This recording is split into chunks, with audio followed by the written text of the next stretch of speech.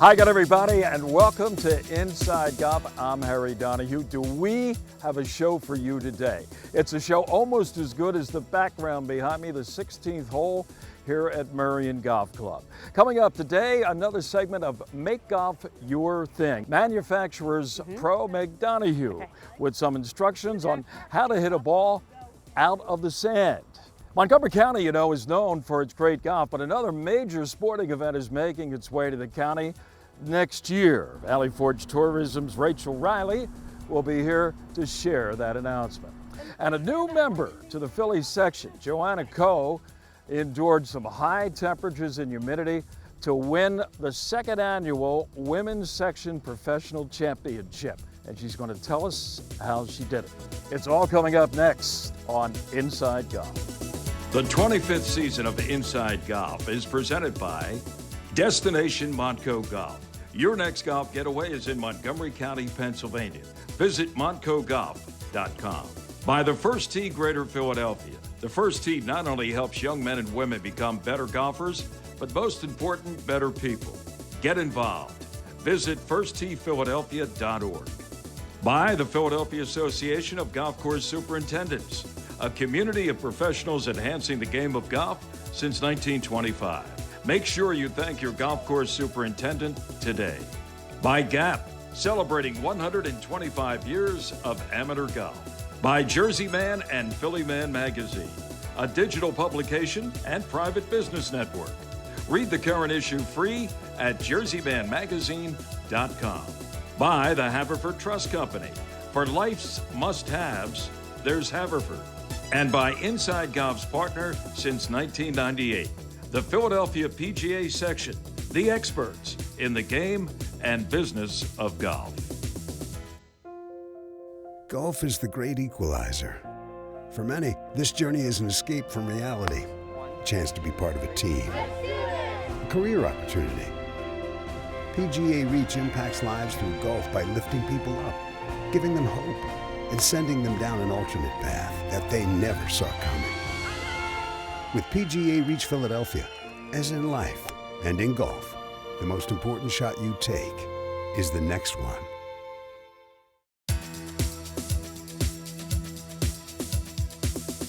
Welcome back to Inside Golf. The PGA of America is always looking to grow the great game of golf, and they've introduced a new initiative.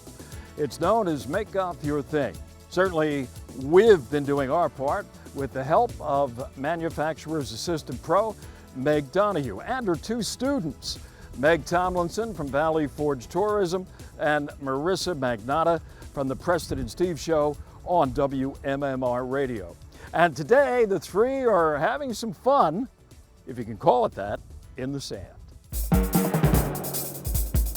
Welcome back to another edition of Make Golf Your Thing. Today, I'm going to teach Marissa and Megan how to hit out of greenside bunkers. If you're going to learn how to play golf, it's something you have to deal with. So we got to learn how to deal with the sand. Oh yes. All right. I brought in two clubs here. So this is my sand wedge and this is my pitching wedge. Go ahead and just feel your finger on my sand wedge and also on your sand wedge, right? So can you feel that it's rounded versus my pitching wedge is not rounded? Yes. Okay, so in the sand, we want to learn how to use this part of our golf club. Okay. Okay.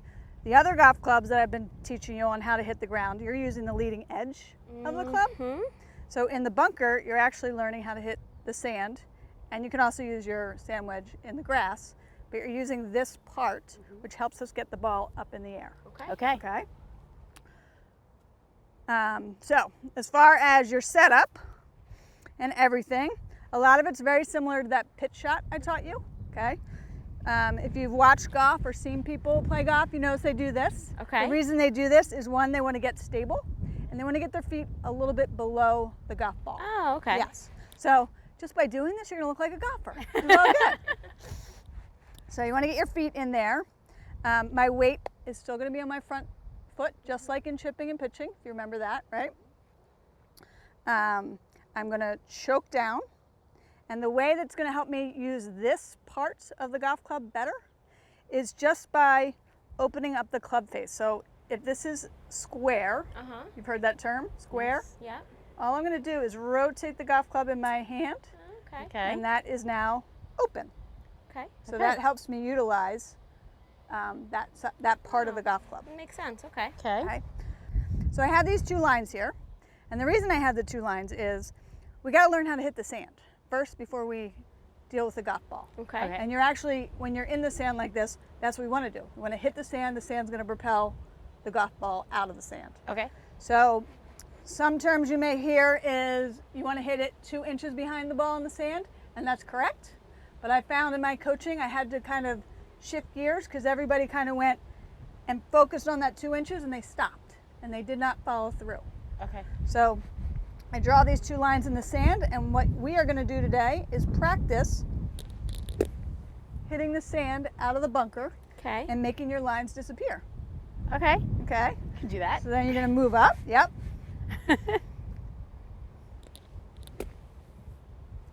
Look back. My lines Mine's disappeared. Mm-hmm. Okay. Keep going a little further. And do you see that my sand is going out onto the green? Mm-hmm. That's what we want. Okay. Okay. Okay. If we do that properly, the golf ball will go into position. The superintendent loves when I do this drill, getting all the sand out. All the grass is up in the green. Do you have any questions before I have you guys give it a try? No. No. Okay. Gotta go for it. Yep. Try it. All right. Okay, one thing when you get into position you might notice that I didn't mention this is that my my left foot is actually Is turned out. Turned out. Okay. Yep. And that actually will help us rotate through it. Oh, Okay. Okay. Okay. Thank you. So same thing here. Just rotate that foot out, your left foot. Yep. Okay. Okay. Rotate back and rotate through. I didn't get up as much, but I didn't disappear You all my hit the lines sand, either. right? I hit the sand. Hit the sand. Hit the sand. Right? Okay. Now do I like move up a little Yep. Move up a little bit. Make the line disappear. So if we get all the way to here and we never really hit the sand properly, are we ready for a golf ball yet? bit? No. No, right? That's what I love about this drill. Yes. Okay. So that one we entered a little too early, right? Okay, yep. It's honestly a really good exercise. You kind of get your aggression out. Yeah. Right? We all have aggression. Haha. Megan, don't be afraid. Go for it. Just go. Go for it. Okay.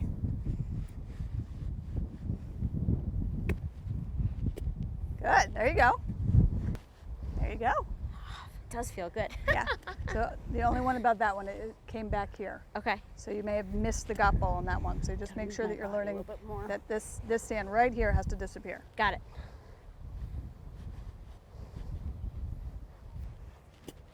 Good. Just let it go. Follow through. Okay.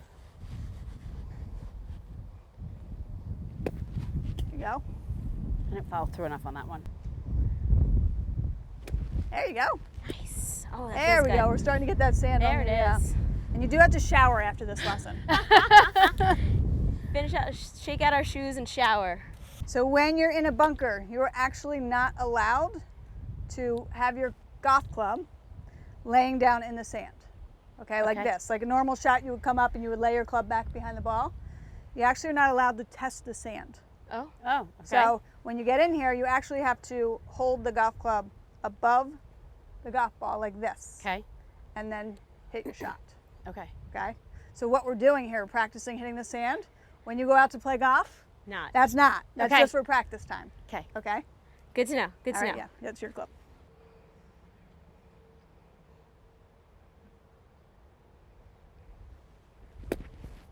All right, we got it out. Yay. At this stage of the game, that's what it's all about, right? Yes. Well, so back here, and that's exactly when I realized that I was putting my weight on my back foot. Yeah. So I was leaning back. Yeah. So that's a common thing is that I see people do a mistake that they make in the sand is they try to help it out, and their weight is back here. Okay. So you want to definitely have that weight on the front and just Follow turn through. through. Yeah, follow through. Got it. That's better, Megan.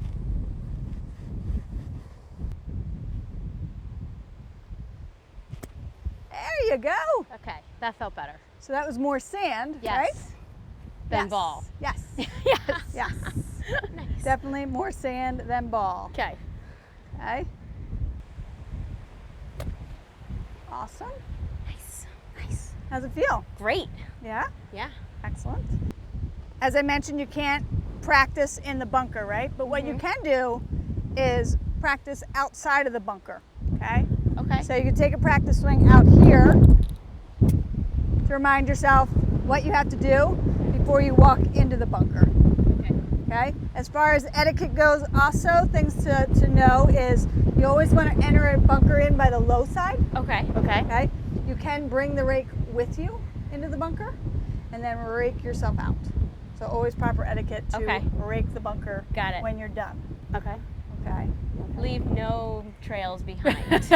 Just always be thoughtful of the next golfer behind you. Yes. Okay. Yeah. So my college golf coach, they are called bunkers. A lot of people call them sand traps.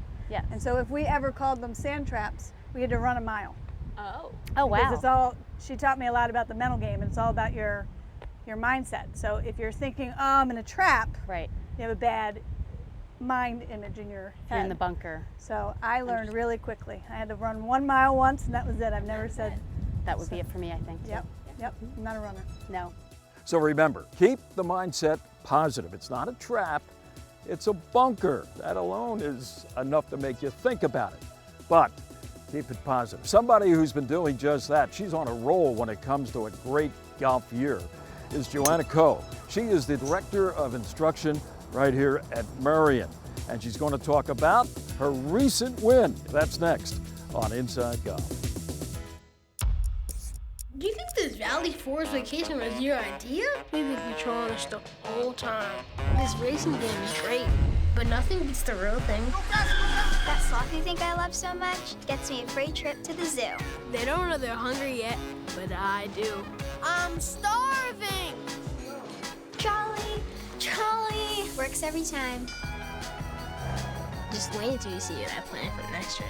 Visit Valley Forge, where kids make the rules.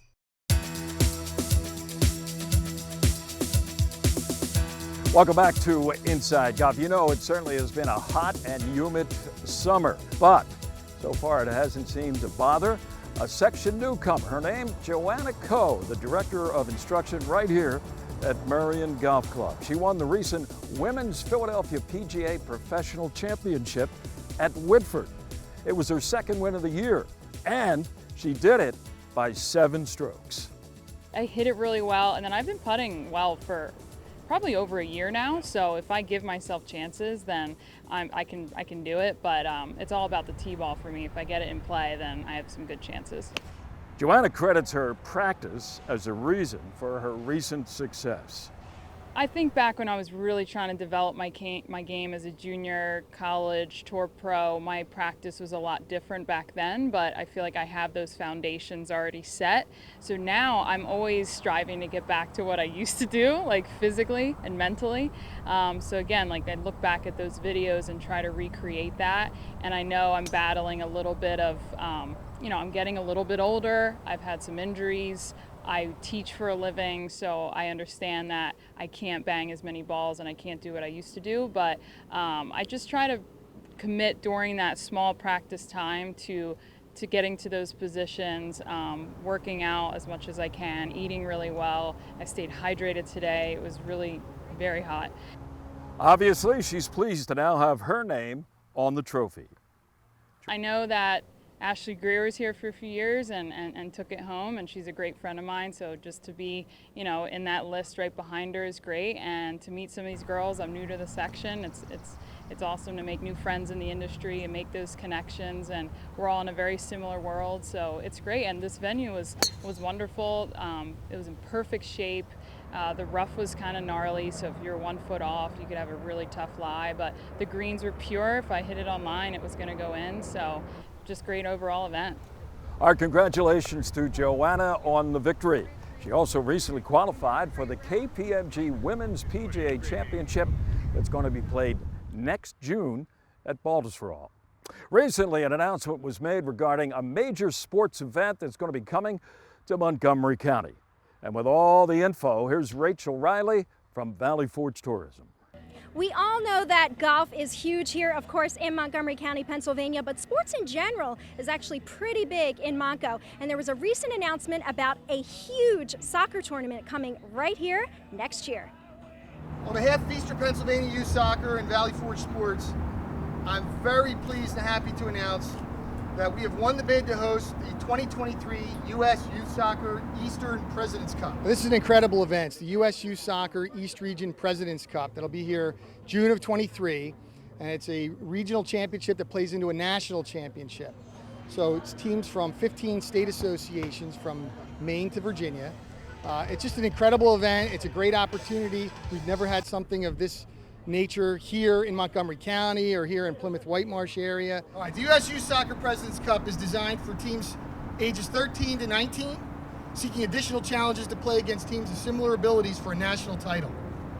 It's great because it's going to produce over 4,000 room nights, and this tournament's a little bit different with economic impact because they're only playing one game a day. That means after that game, they're going to be out in our attractions, our restaurants, doing things. They're going to make this a staycation. You know, really, so all of our shops, our restaurants, attractions, all that's going to really benefit from this group coming in. We could not have done this without all the partners of Valley Forge Sports, Colonial School District, the Proving Grounds, and then I know we're going to get a lot of support from the business community. Valley Forge continues to bring us soccer, spike ball, flag football, Quidditch. They work incredibly hard to just keep the economic impact machine of the Proving Grounds going. We're still coming out of COVID. And so this will be a great boost for our hotels that could still be struggling, but for all the amenities here in Montgomery County, because typically families bring their other kids too, and there's downtime. They'll be in our restaurants, they'll be in our malls, they'll be checking out all the cultural attractions here in Montgomery County. Well, I mean, on top of the amazing facilities that we have, we're just a great area to be in. We have 1,600 restaurants, we have plenty of attractions, we have a major airport nearby, and we're also really centrally located, being in PA, in Eastern PA, to half the East Coast. So 1/3 of the population can actually drive here, even though they're going to stay in our hotels. They can still drive and save money than have to fly in. So it makes us a really premier destination for tourism. Youth sports is huge, tourism is huge, we know that. And this is going to be the largest tournament that's ever come to Montgomery County. So it's a great economic boost for our businesses here in Montgomery County. Soccer is on the rise, and with the events of the last 2 months announcing that the World Cup's coming to Philadelphia, now the President's Cup coming to Montgomery County, it's only the start of great things for our sport and for the Delaware Valley. As you can tell, lots of excitement surrounding this event, which will be open to the public, by the way, so be sure to check back with valleyforge.org and stay tuned for more details. For the Valley Forge Tourism and Convention Board, I'm Rachel Riley. Thanks, Rachel. So expect a lot of visitors to the region next summer. And hats off, a little clap of the hands for the staff at Valley Forge Tourism, Mike Bowman and company, for landing a major event. Coming up next, we're all set with our teed-off panel. More fun to play when they're firm and fast and a little bit brown, and you don't have rough this high that you have to look for and then gouge the ball out of.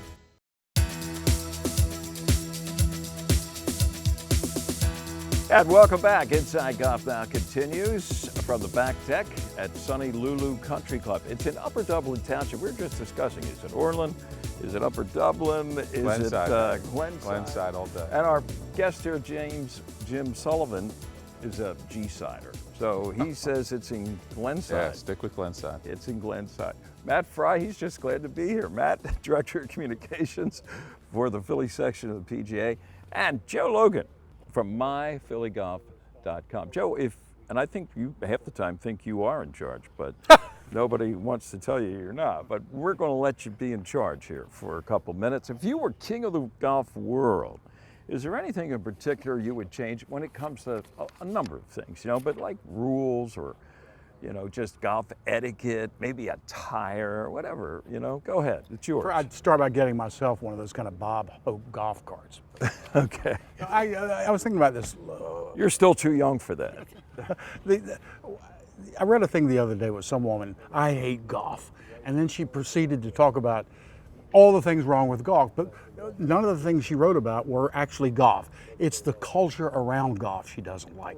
The whole dripping with money, like it's equated with yachting or polo or that sort of thing. The game is not that. As you know, if you go to Scotland or Ireland, it's a very egalitarian game over there. It's ordinary people play. You don't have to be a member of a country club. I would like to see us get more closer to that model than just a sort of country club game, which it is in places over here. Yeah, well, there's a lot of models here too that are hardly, egalitarian. There are a few clubs that are, and I guess my thing is there's enough for everybody to find your niche and go play. Am I wrong with that, or? No, I think you're right about that, and what I would do is kind of on the similar line to what Joe says, but honestly, it's not my idea. I have to give full credit to my golfing buddy, Joe Bausch, who's been on this show before. Sure. But he's always kind of said, the PGA of America, the USGA, even the tours, they make so much money from their broadcast contracts that they could throw in a few 30-second PSAs in all the golf broadcasts talking about etiquette, pace of play, little tips to speed up your round, or to talk about or dispel some of the myths about golf, whether it be elitist or the fact that it uses a lot of water on the golf course, which is semi-true, but there's a lot of golf courses that save a lot of water and do things the environmentally friendly way. And I think they are missing a golden opportunity to get in front and tell the truth about the game and what makes this so special. Yeah, Jim, you grew up in a golf family, so you've known the game at all different stages of your career. Are you satisfied with where it has got you, or what would you say needs to be refined a little bit or changed? I mean, I don't have any glaring complaints about where the game is, but in the context of your question, and actually building on what Matt and Joe said, my two thoughts on the answer are more money should be invested in sustainable maintenance practices for golf courses for two reasons. The cost factor trickles all the way through the game. Golf courses are much more fun to play when they're firm and fast and a little bit brown, and you don't have rough this high that you have to look for and then gouge a ball out of. Well, a lot of that comes, and Huntington Valley ties into that. Scott Anderson in Huntington Valley does a phenomenal job in that sustainable, low moisture kind of inputs practice. But what Joe said about the kind of egalitarian, kind of nature of golf in Great Britain, I don't know if it's all of the clubs. I don't know if it's the top clubs, but they've got most of them have a membership model that's kind of unique, where you might have 500. There might be 400 or 500 members at a regular club here, and the doors are closed unless I come and play golf with you. You're the member and I'm the guest. I can't get in. Where they seem to reserve, some number of tee times each day and each week for the public to call and come and play. The benefit to a member would be that it brings costs down. You're generating some outside revenue. It's, kind of for a good golf course like Lulu or a lot of the others, it gives an opportunity to share what the course is, sort of promote and have your name out there. So I think that membership model is pretty cool. If I were king for a day, I'd sort of push that more. But the maintenance practices, I think, is a big thing for really where golf should be headed. It's a much better way of playing golf, and I think it's going to be needed in the future from a financial perspective.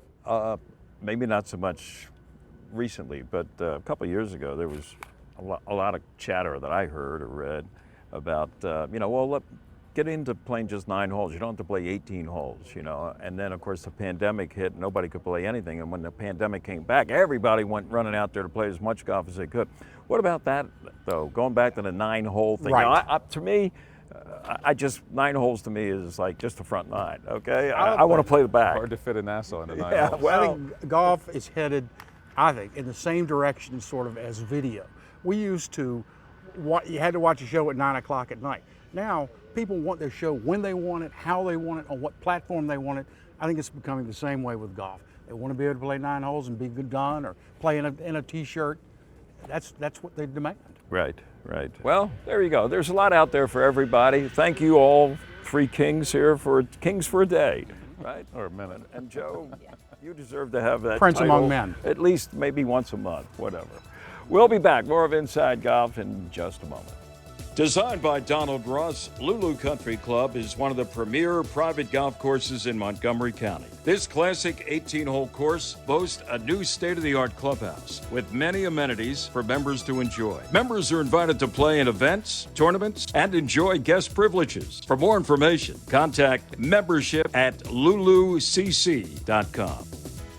The oldest state or regional golf association in the country hits a milestone this year.